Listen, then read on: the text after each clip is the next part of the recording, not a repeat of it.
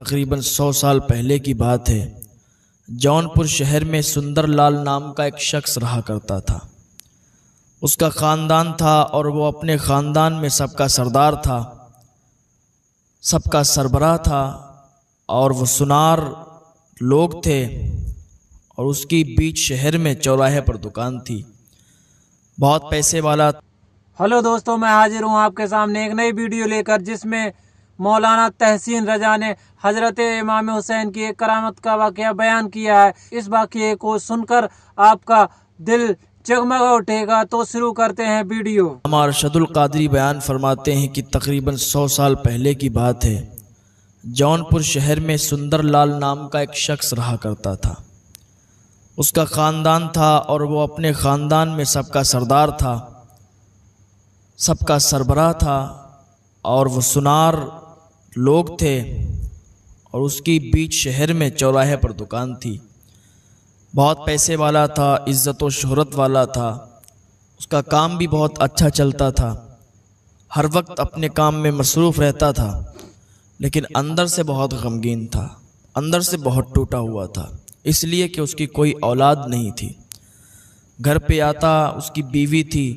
जब वो गमगीन होता था तो उसकी बीवी उसे तसल्ली देती थी। बहुत अच्छी उसकी बीवी थी, हर दुख सुख में उसका साथ देती थी। ज़ाहिरन तो उसकी बीवी उसे तसल्ली देती थी, लेकिन रातों में उठ उठ के रोया करती थी। वो भी बहुत गमगीन रहा करती थी।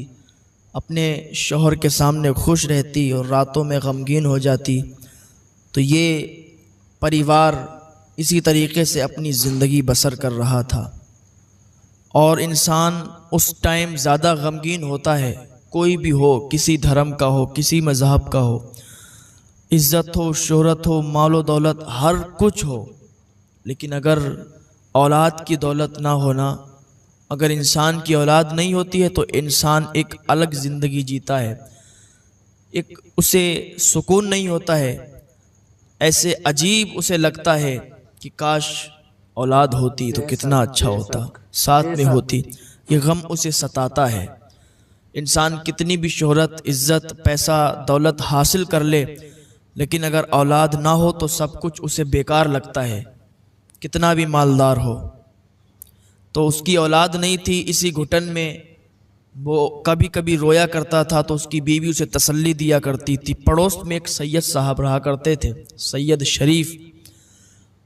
तो वो ऐसा किया करते थे कि जब भी मुहर्रम शरीफ की 10 तारीख आया करती थी तो वो लंगर किया करते थे, लंगर हुसैनी किया करते थे। सुबह से लेकर शाम तक उनका लंगर हुसैनी चला करता था। लोग आते थे, खाते थे, चले जाते थे। गरीब आते थे, फ़कीर आते थे, उनको बड़ा तकसीम किया करते थे। तो एक दिन ऐसा हुआ कि मुहर्रम शरीफ की जब 10 तारीख आई तो सुबह से ही उनके यहाँ लंगर शुरू हो गया। और शाम के टाइम उन्होंने एक रस्म अदा की कि अपने बच्चे को तराजू के पल्ले में रखा। एक पल्ले में बच्चा और एक पल्ले में उन्होंने मालो दौलत रखा। अपने बच्चे को दौलत से तौल कर और वो दौलत को गरीबों में तकसीम कर दिया। ये जब सुंदरलाल की बीवी ने देखा तो उसे बड़ा अजीब लगा कि अभी तक तो इन्होंने ऐसा किया नहीं। अब इन्होंने मालो दौलत को एक पल्ले में रखा, बच्चे को एक पल्ले में तौल के और मालो दौलत तकसीम कर दिया। जब शाम हो गई, भीड़ हल्की हो गई, तब सुंदरलाल की बीवी सैयद साहब के घर गई, सैयद साहब की बीवी के पास, और कहने लगी, बहन मुझे ये बताओ, अभी तक तो तुम लोग ऐसा करते थे, सुबह से लंगर चालू करते थे, शाम तक तुम्हारा लंगर चलता था, लोग आते थे, खाते थे, चले जाते थे। ये तो मुझे मालूम है कि ताजदारे करबला इमाम हुसैन रदी अल्लाह ताला अन्हु के नाम पर आप लोग लंगर किया करते हो, और इस दिन हर कोई लंगर किया करता है, हर कोई उनके नाम की फातहा दिलाता है। लेकिन ये मुझे बताओ, क्या ये कोई नई रस्म है कि तुम लोगों में कि बच्चे को पैसों के बराबर तौलते हो? तो उसने कहा, बहन ऐसी कोई बात नहीं है, लेकिन ये एक लंबी कहानी है, ये एक अलग कहानी है, तुम नहीं समझ पाओगी। तो उसने कहा, अच्छा मैं क्यों नहीं समझ पाऊंगी? इसलिए कि मैं हिंदू धर्म की हूँ, अलग धर्म की हूँ। आप ऐसा कैसे सोच सकती हैं? ऐसा लगता है आप मुझे बताना नहीं चाहती। सैयद साहब की बीवी कहती हैं, बहन कैसी बातें कर रही हो, मैं तुम्हें क्यों नहीं बताऊंगी। अच्छा ठीक है, अगर सुनना चाहती हो तो ठीक है, मैं तुम्हें बताती हूँ। वो बताने के लिए तैयार हो गई, अदब के साथ बैठ गई और कहने लगी, सुनो बात क्या थी। ऐसा था कि मेरी औलाद नहीं थी। मैं अपनी ज़िंदगी में घुट घुट कर रहा करती थी, अपनी ज़िंदगी घुट घुट कर जीती थी। कभी भी आंसू निकल आते थे, कभी भी गमगीन हो जाया करती थी। एक दिन ऐसा हुआ कि रमज़ान शरीफ का महीना चल रहा था और इफ्तार करने के लिए बैठे हुए थे कि एकदम चीख निकल गई। एकदम चीख निकली कि या हुसैन, या हुसैन, मेरी उजड़ी हुई झोली को भर दो। तुम्हारा दर्द तो ऐसा है कि कोई भी मांगने वाला जाए तो खाली नहीं लौटता। तुम्हारे घर की रीत नहीं है कि किसी को खाली लौटाएं। आज आपसे कुछ मांग रही हूं, आप मुझे नवाज दो। मेरी उजड़ी हुई गोद को भर दो, मेरी सूनी गोद को भर दो। ऐ फातिमा के राज दुलारे, मांगने वालों को आपके दर से क्या नहीं मिला। एक चुटकी मुझे भी अता कर दो। आलम हस्ती के राजकुमार, अपनी दौलत इकबाल का एक चिराग मेरे घर में भी जला दो। बड़ी मुश्किल से मेरे घर वालों ने मुझे संभाला, एक चारपाई पर लिटाल दिया। मैंने खाना भी नहीं खाया, ऐसे ही मैं सो गई। और जब मैं सोई ना तो मेरी किस्मत का सितारा जाग गया। जब मैं सोई थी तो फौरन मुझे ख्वाब आया, और ऐसा ख्वाब आया कि बिल्कुल सन्नाटा है, काली रात है और ऐसी काली घटा छाई है कि सामने कुछ नहीं दिखता।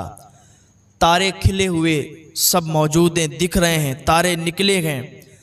हम तारों की तरफ देखने लगे तो एक तारा टूटा और मेरी गोद में आकर गिरा और उसकी रोशनी फैली इर्द गिर्द और फिर गायब हो गई। इतना अभी देखा था कि कानों में आवाज आई, जा मायूसियों की मझदार से तेरी कश्ती निकाल दी गई है।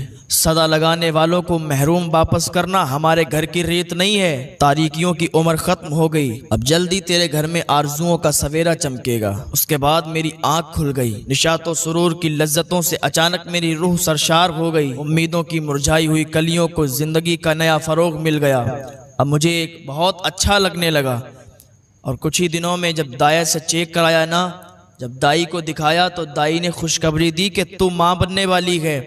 और ठीक 9 महीने के बाद हमारे घर ये नन्हा पैदा हुआ। ये मेरी गोद में जो नन्हा देख रही हो ना, ये मेरा बेटा है, ये उन्हीं का सदका है, ये उन्हीं के जरिए से मिला है। तो आज इसको पैसों के बराबर तौल कर हुजूर सल्लल्लाहु अलैहि वसल्लम के नाम की खैरात निकाली है। ये कोई नई रस्म नहीं है बहन। अभी ये बात अपनी जारी ही रखी थी इन्होंने कि सुंदर लाल की बीवी एकदम सख्ता तारी हो गया।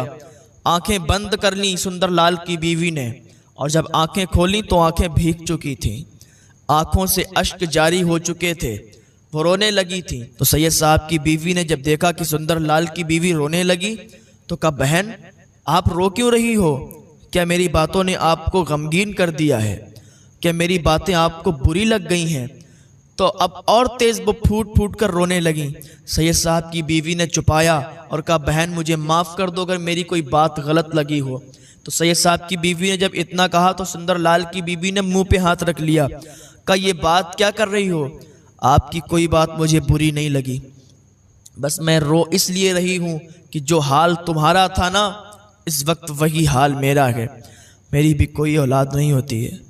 मैं ऐसा कोई पीर फ़कीर बाबा कोई नहीं बचा जिसकी चौखट पर ना गई हूँ। कहीं भी मुराद पूरी नहीं होती, कहीं भी बात नहीं बनती है। हाँ, तुम्हारे करबला के ताजदार पता नहीं हमारी फरियाद सुनेंगे या नहीं सुनेंगे। अगर हम उनसे फरियाद करें तो पता नहीं वो हमें औलाद अता करेंगे या नहीं करेंगे। सैयद साहब की बीवी ने कहा, क्यों ऐसा क्यों कहती हो? कहा, मैं इसलिए कह रही हूँ क्योंकि मैं हिंदू हूँ, मेरा धर्म अलग है। सैयद साहब की बीवी ने कहा, सुनो बहन, उनके दर पे जो भी मांगने जाता है ना, वो उसे अता कर देते हैं। और बहन सुनो, उनके नाना ऐसे कि वो रहमतुल लिल आलमीन है, सारे आलम के लिए रहमत बनकर आए हैं। वहाँ जब कोई मांगने जाता है वो धर्म नहीं देखते, अता कर देते हैं। कहा अच्छा ऐसी बात है? कहा बिल्कुल ऐसी बात है। जब इतना सुना तो खुश हो गई, आंसू पोंछे और अपने घर पे आई, अपने शौहर के पास आई, अपने शौहर से जिक्र करने लगी, सारी बातें बताई कि हमारे पड़ोस में जो सैयद साहब है ना, उनका जो बेटा है वो ताजदार करबला के वसीले से हुआ है। वो ताजदार करबला ने अता किया है, वरना उनकी औलाद नहीं हो रही थी। सुंदरलाल ने जब इतना सुना, हमसे अगर ये वसीला देगी उनका तो इसे औलाद मिल जाएगी। इसके दिल में तो कुछ और था, लेकिन अपनी बीवी को तसल्ली देते हुए कहा ठीक है जैसा तुम्हारी मर्जी। कुछ दिन ये लोग ऐसे ही रहते रहे। एक दिन सुंदरलाल की बीवी ने सुंदरलाल से कहा सुनो, आज हम लोग पाक साफ होके और ताजदार करबला की तरफ लौ लगाएंगे, ताजदार करबला की तरफ ध्यान लगाएंगे। तुम्हें उनकी शक्तियों का अंदाज़ा नहीं है, वो बहुत शक्तिशाली हैं, जिसको चाहें औलाद अता कर दें, वो बहुत शक्तिशाली हैं। उन्होंने अल्लाह रब्बुल इज़्ज़त का हुक्म माना, अल्लाह की बात को नहीं टाला और अल्लाह के लिए अपने सर को कटा दिया, अल्लाह के लिए शहीद हो गए। इसीलिए अब उनकी बात भी काटी नहीं जाती है, अब उनकी बात भी टाली नहीं जाती है। आओ हम पाक और साफ होके उनके तरफ ध्यान लगाते हैं और उनसे मांगते हैं, उनका वसीला देते हैं। सुंदरलाल ने बहुत तेज़ी के साथ झड़कते हुए कहा पागल हो गई हो क्या? इतने बाबा फ़कीर सबके पास हम लोग गए, क्या कहीं बात बनी? अब तुम ताजदार करबला का वसीला लोगी, क्या तुम्हें कुछ मिल जाएगा? क्या तुम्हारी औलाद हो जाएगी? जब इतना सुंदरलाल की बीवी ने सुना तो आंसू आ गए, रोने लगी कि अभी तो तुम कहते थे कुछ दिन पहले कि ठीक है जैसी तुम्हारी मर्जी, और आज तुम बदल गए। आज तुम ये क्या कहने लगे? क्या वो तुम ये जानते नहीं हो वो बहुत शक्तिशाली हैं, वो बहुत ज़्यादा उनके अंदर शक्ति है, वो जो चाहे कर सकते हैं। सुंदरलाल ने कहा सुनो, मैंने तुम्हारी दिल की तसल्ली के लिए कहा था। जब इतना सुंदरलाल की बीवी ने सुना ना तो बड़ा मायूस हो गई। बस दिल में उम्मीद थी और ताजदार करबला की तरफ लौ लगा ली और कहा ताजदार करबला हमें भी औलाद अता फरमा दो, जैसे आपने सैयद साहब की बीवी को औलाद अता की ना, आपके वसीले से उन्हें औलाद मिली है, आप हमें भी औलाद अता कर दें। आपका वसीला मांगती हूँ, बहुत से पीर वलियों की चौखट पर गई हूँ, बाबा फ़कीरों के पास गई हूँ, लेकिन काम नहीं बना गए। आज आपका वसीला मांगती हूँ। मेरा शौहर भी मुझे ताना दे रहा है, अगर आपने मेरी बात नहीं रखी ना तो मैं अपने शौहर की नज़रों में जलील हो जाऊंगी, आप मेरा भरम रख लीजिए। इन्होंने दुआ मांगी और बस फिर क्या था कि कुछ ही दिनों में उन्होंने जब दाई को चेक कराया ना तो दाई ने बताया कि तुम पेट से हो और तुम्हारे घर बहुत जल्द ही नन्हा मुन्ना एक बच्चा आने वाला है। जब इतना उसने सुना तो बिल्कुल यकीन नहीं हो रहा था, खुशी में झूम गई और भागती हुई सुंदरलाल के पास गई और कहने लगी सुनो, अब तुम वालिद बनने वाले हो, अब तुम बाप बनने वाले हो। सुंदरलाल ने कहा क्या बात है, बताओ तो सही। कहा मैं पेट से हूँ और कुछ ही दिनों में बच्चे की विलादत होने वाली है। सुंदरलाल ने ये सुना तो झूम गया। कहा तुम झूठ तो नहीं बोल रही हो? कहा मैं झूठ क्यों बोलूँगी, और फिर ऐसा झूठ मैं क्यों बोलूँगी झूठ? यकीन मानो अगर झूठ लगता है तुम्हें तो कोई बात नहीं, कुछ ही दिनों में तुम्हें पता चल जाएगा। सुंदरलाल ने जब ये सुना और मशहूर दाई ने उसे बताया था कि तुम पेट से हो और तुम्हारे घर बहुत जल्द बच्चा आने वाला है, तो सुंदरलाल की खुशी की कोई इंतहा ना थी। इतने सालों के बाद और फिर ये खुशी मिली कि बच्चा आने वाला है। फ़ौरन ताजदार करबला की तरफ ध्यान लगाता है, फ़ौरन ताजदार करबला की तरफ लौ लगाता है और कहता है ए हुसैन मुझे माफ़ कर दें, ए इमाम हुसैन मुझसे गलती हो गई, ए ताजदार करबला मुझे आपकी शक्तियों का अंदाज़ा नहीं था, अब मैं जान गया हूँ कि आप बहुत शक्तिशाली हैं और आज से मैं आपका सच्चा दीवाना बन चुका हूँ, आपको कभी नहीं भूलूंगा। इमाम हुसैन रज़ियल्लाहु ताला अन्हु के वसीले से सुंदरलाल के यहाँ अब एक 9 महीने के बाद बच्चे की विलादत हुई, एक लड़की पैदा हुई, फूल सी लड़की, इतनी खूबसूरत लड़की पैदा हुई कि उस टाइम उस शहर में उतनी खूबसूरत कोई भी बच्ची नहीं थी, कोई भी उतनी खूबसूरत लड़की नहीं थी। प्यार से उन लोगों ने उसका नाम लाला रखा। लाला को बहुत प्यार देते, हर वक्त उसकी खिदमत करते रहते। उन लोगों ने एक जश्न रखा, खुशी के तौर पर लोगों को बुलाया, दावत की, सुबह से शाम तक लंगर चलाया इमाम हुसैन के नाम का। कुछ लोग उनसे नाराज़ भी हो गए, आपका क्या धर्म है और आप मान किसको रहे गए, नाम किसका ले रहे हो, लंगर किसके नाम से कर रहे हो, खाना किसके नाम से खिला रहे हो।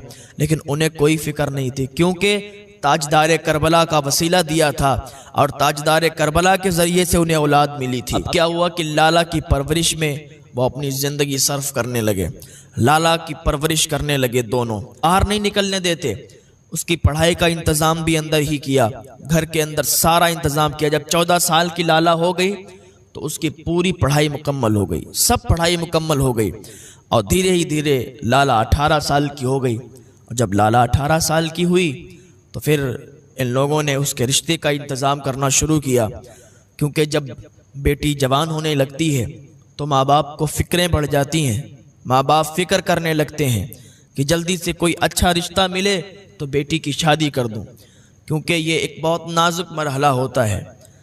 ये रिश्ते बड़ा देखभाल के किए जाते हैं, कहीं ऐसा ना हो कोई ऐसा रिश्ता मिल जाए, कोई ऐसा लड़का मिल जाए कि मेरी बेटी को परेशान रखे। तो रिश्ता ऐसी जगह करें, लड़का नेक हो, दौलतमंद हो या ना हो, दौलत को तरजीह ना दिया करें, बस लड़का नेक होना चाहिए, काम धंधा अच्छा करना चाहिए, हाथ पैर सही होना चाहिए। तो सुंदरलाल भी अब लड़के की तलाश में निकल गए, रिश्ते देख रहे थे कि कहाँ अच्छा लड़का मिले। दिन सुंदरलाल और सुंदरलाल की बीवी दोनों अपनी बेटी के पास गए और कहा, बेटी अब तुम 18 साल की हो गई हो, अब ज़्यादा दिन हम लोग तो तुम्हें नहीं रख सकते, इसलिए हम आपका रिश्ता तलाश कर रहे हैं। बेटी मुझे बताओ कि तुम्हें कैसा बर चाहिए, तुम्हें कैसा रिश्ता चाहिए, तुम्हें कैसा लड़का चाहिए। तो उसने शर्माते हुए कहा, अगर आप लोग रिश्ता तलाशी कर रहे हैं तो लड़का ऐसा होना चाहिए कि आज तक उसने किसी लड़की की तरफ आंख उठाकर नहीं देखा हो, आज तक उसने कभी किसी औरत की तरफ आंख उठाकर नहीं देखा हो। लड़का गरीब हो तब भी चलेगा, लड़का गरीब हो कोई बात नहीं, लेकिन नेक होना चाहिए। जब इतना इन लोगों ने सुना तो कहा, ठीक है, हम जैसा तुम्हारी मर्जी है ना, जैसा तुम चाहती हो वैसा ही तुम्हें बर तलाश करके देंगे। अब इन लोगों के पास रिश्ते तो बहुत आ रहे थे, राजाओं के आ रहे थे, नवाबों के आ रहे थे, बड़े जागीरदारों के आ रहे थे, लेकिन इन्होंने किसी को अभी हामी नहीं भरी थी, किसी को हाँ नहीं बोली। अच्छा, उसी शहर में एक नवाब रहा करते थे, राजा रहा करते थे। राजा का लड़का जो था बड़ा अय्याश था, उसने गुंडों को पाल रखा था, उसके पास बहुत गुंडे थे और वह हर वक्त अय्याशी करता रहता। शहर में जब भी देखता कि कोई अच्छी लड़की है तो उससे शादी के पैगामात भिजवा देता। अगर शादी नहीं करता घरवाला तो वो ज़बरदस्ती किया करता था। तो उसने अपनी माँ से कहा, जब लाला के चर्चे ज़्यादा हुए तो इसने जब सुना कि लाला इतनी खूबसूरत है, लाला के चर्चे पूरे शहर में हो रहे हैं, तो उसने अपनी माँ को बुलाया। उसकी माँ थी राजपूत घराने से। कहा, माँ मैं लाला पर मेरा दिल आ गया है और मैं लाला से ही शादी करूँगा। माँ अगर लाला से शादी नहीं हुई ना तो मैं जहर खा के मर जाऊँगा। उसकी माँ राजपूत घराने से थी। कहा, बेटा हम लोग राजपूत घराने से हैं और तेरे अंदर राजपूतों का खून दौड़ रहा है, तो ऐसी गिरी हुई बातें करता है, जहर खा के मर जाएगा। सब्र कर, तेरी शादी मैं करवाऊंगी। उसने अपनी एक कनीज को भेजा, अपनी एक नौकरानी को भेजा। किसके घर? सुंदरलाल के घर, कि जाओ रिश्ता लेके जाओ। वो लेके आई एक ख़त, उसमें लिखा था कि अपने बेटे के लिए रिश्ते के लिए भेजा गया है और आप रिश्ता कबूल करें, क्योंकि उसे यकीन था कि हम लोग राजपूत घराने से हैं, राजा महाराजा हैं, हमारा रिश्ता नहीं ठुकराया जाएगा। उसने अपने बेटे से भी कहा था कि हम लोग राजा हैं, राजपूत घराने से हैं। उस सुंदरलाल 2 कौड़ी के सुनार की क्या औकात है, क्या विसात है कि वो हमारा रिश्ता ठुकरा दे। वो तो खुशी खुशी कर देगा शादी। लेकिन सुंदरलाल की बीवी ने, सुंदरलाल ने जब देखा राजा के यहाँ से रिश्ता आया तो उन्होंने लिखकर वापस भेज दिया कि अभी हम शादी करेंगे नहीं। कई राजाओं के यहाँ से, कई नवाबों के यहाँ से रिश्ते आए हुए हैं, लेकिन अभी हम करेंगे नहीं, जब करेंगे तो आपको बता दिया जाएगा। इतना लिख के वापस कर दिया। जब उसकी माँ को वो ख़त मिला कि अभी हम करेंगे नहीं, जब करेंगे तो आपको बता देंगे, तो वो आग बगूला हो गई। बहुत ज़्यादा गुस्सा हुई कि हम राजपूत घराने से, हम राजा महाराजा लोग, और रिश्ता ठुकरा दिया कि जब करेंगे तो बता देंगे, बहुत से रिश्ते आए हुए हैं, ऐसा बोल दिया। कहा बेटा सुन, देखती हूँ वो अपनी बेटी की कैसे शादी करते हैं। बेटा सुन, जिस दिन शादी हो ना, और शादी जब होगी तो इसी अपने यहाँ जंगल से निकलेगी, और जैसे ही डोली जंगल से निकले तो अपने गुंडों के साथ जाना, दूल्हे को बारातियों को मार के और दुल्हन को यहाँ हाजिर करना। इस चौखट पर दुल्हन होना चाहिए, उसके पति को मार डालना। इधर सरलाल बहुत तेजी के साथ हर जगह रिश्ता तलाश कर रहे थे, लेकिन कोई रिश्ता नहीं मिल रहा था। एक दिन दौड़ते हुए अपनी बीवी के पास आए, कहा सुनो रिश्ता मिल गया। कहा मिल गया, कैसा लड़का है? कहा लड़का एक नंबर लड़का है, हीरा लड़का है। मोहल्ले वालों से उसकी तारीफें सुनी है, शहर वालों से उसकी तारीफें सुनी है। आज तक उसने कभी भी किसी औरत की तरफ आंख उठाकर नहीं देखा। आज तक किसी औरत की तरफ, किसी लड़की की तरफ उसने आंख उठाकर नहीं देखा। दौलत तो नहीं है उसके पास, उसके वालिद का इंतकाल हो गया, छोटा मोटा काम करता है, अपना पेट पालता है। उसकी एक बूढ़ी माँ है, उसका भी ख्याल रखता है। लड़का मुझे बहुत पसंद आया। सुंदरलाल की बीवी ने कहा जब आपको पसंद आया तो हमें भी पसंद आ गया, हम लोगों को जब पसंद आया तो हमारी बेटी को भी पसंद आएगा, क्योंकि ये उसकी ही मर्जी के मुताबिक का लड़का है। कहा ठीक है, बात कर दी जाए, अब मंगनी पक्की कर दी जाए। कहा ठीक है। सुंदरलाल की बीवी ने, सुंदरलाल ने मंगनी की रस्म कर दी और बस तारीख फिक्स कर दी गई शादी की। और वो दिन भी आ गया कि जिस दिन शादी होने वाली थी। उधर से दूल्हा आया बारातियों के साथ, इधर इन लोगों ने पूरा इंतजाम उसका भी कर रखा था, अपना भी कर रखा था। सुंदरलाल ने उसका भी खर्चा अपने ही जिम्मे कर रखा था। धूमधाम से इनका मंडप तैयार हुआ। इनके धर्म के मुताबिक जिस तरीके से शादी होती है पूरा इन्होंने इंतज़ाम किया, मंडप का इंतज़ाम किया, पंडितों का इंतज़ाम किया, और बस मंत्र पढ़े गए, इनकी शादी हो गई। और शादी होने के बाद बस वो घड़ी भी आ गई थी जो रुखसती की घड़ी होती है। उस टाइम पत्थर से पत्थर दिल भी होना, भाई हो लड़की का, बाप हो, माँ हो, कोई भी हो, पत्थर से पत्थर दिल भी उसके आंसू निकल आते हैं, उसका दिल पिघल जाता है। माँ बाप तो बहुत रोते हैं, अपनी बेटी की उन्हें बहुत याद आती है रुखसती के टाइम। सोचते हैं कि पूरी जिंदगी परवरिश की थी, पाल के बड़ा किया था, और आज मेरी बेटी हमारे घर से रुखसत हो रही है, अब पराई हो गई है, तो बहुत ज़्यादा उनको रोना आता है। तो सुंदरलाल की बीवी और सुंदरलाल भी बहुत तेज़ी के साथ रोने लगे। सैयद साहब की बीवी ने लाला को बाहों में ले लिया और डोली तक ले गई। सैयद साहब और इनकी बीवी और सारे लोग दरवाजे पर पहुँचे। अब बारात रुखसत होने लगी, इनके रास्ते से बाराती चलने लगे। अब ये लोग देखते रहे, जहाँ तक डोली दिखती रही, बाराती दिखते रहे, ये लोग देखते रहे। और जब आंखों से बारात ओझल हो गई तो वापस फिर घर में चले आए। बहुत ज़्यादा इन लोगों को गम हुआ कि इतनी फूल जैसी लड़की को पाल के बड़ा किया और अब वो पराई हो गई है, क्योंकि लड़की को तो उसके घर जाना ही है, लड़की को तो रख नहीं सकते ना, लड़की की शादी करना ज़रूरी होता है। तो बस इन्होंने अपनी रस्म को अदा कर दिया। अब बारात जंगल से रवाना हो रही थी। वो भयानक जंगल था, वो सुनसान जंगल था, रात का सन्नाटा था, क्योंकि यहाँ से जब बारात की रवानगी हुई थी तो शाम हो चुकी थी, और जब जंगल में पहुँचे तो काफ़ी अंधेरा हो चुका था। इधर इस राजा के बेटे के गुंडे पूरे जंगल में फैले हुए थे कि जैसे इधर से डोली निकलेगी इधर ही काम तमाम कर देंगे, और बीबी को उठा के, उस लड़की को उठा के और राजा के महल में ले जाएंगे, राजा के दरवाजे पर ले जाएंगे, जैसे कि उसकी माँ ने कहा था। अब क्या हुआ कि जैसे ही जंगल में प्रवेश हुए, जैसे ही जंगल में दाखिल हुए, तो ये डोली जो लोग चल रहे थे लेके, ये काफ़ी तेज़ी के साथ चल रहे थे। बाराती हल्के हल्के आ रहे थे, ये लोग काफ़ी तेज़ी के साथ काफ़ी आगे पहुंच चुके थे। दूल्हा और दुल्हन अलग अलग डोलियों पर थे। जैसे ही इन लोगों की डोली वो जंगल से निकली, राजा का बेटा वो शराब में धुत था, उसने अपने उन्हीं गुंडों से कहा कि डोली को उठा के फौरन इधर झाड़ियों में लाया जाए, एक तरफ लाया जाए, रास्ते में मत रखना। राजा के बेटे के जो गुंडे थे निकल कर आ गए, हाथ में नंगी तलवारें थीं। जब इन लोगों ने ये देखा तो सहम गए, बिल्कुल सहम गए, डर गए। अब क्या था कि वह गुंडे फौरन वहां से उनकी डोली को उठाया और झाड़ियों में ले गए और रख दिया डोली को।